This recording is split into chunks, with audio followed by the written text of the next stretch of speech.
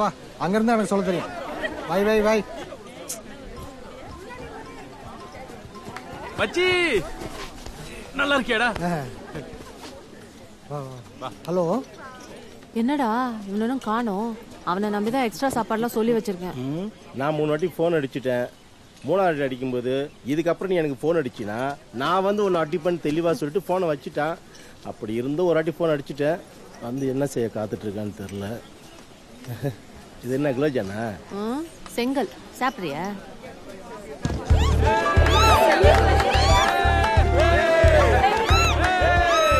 Facebookல கவிதா போட்டிருக்காப்ல அந்த பொண்ணை பத்தி. அப்படியா? என்ன போட்டுருந்தா? கீதா.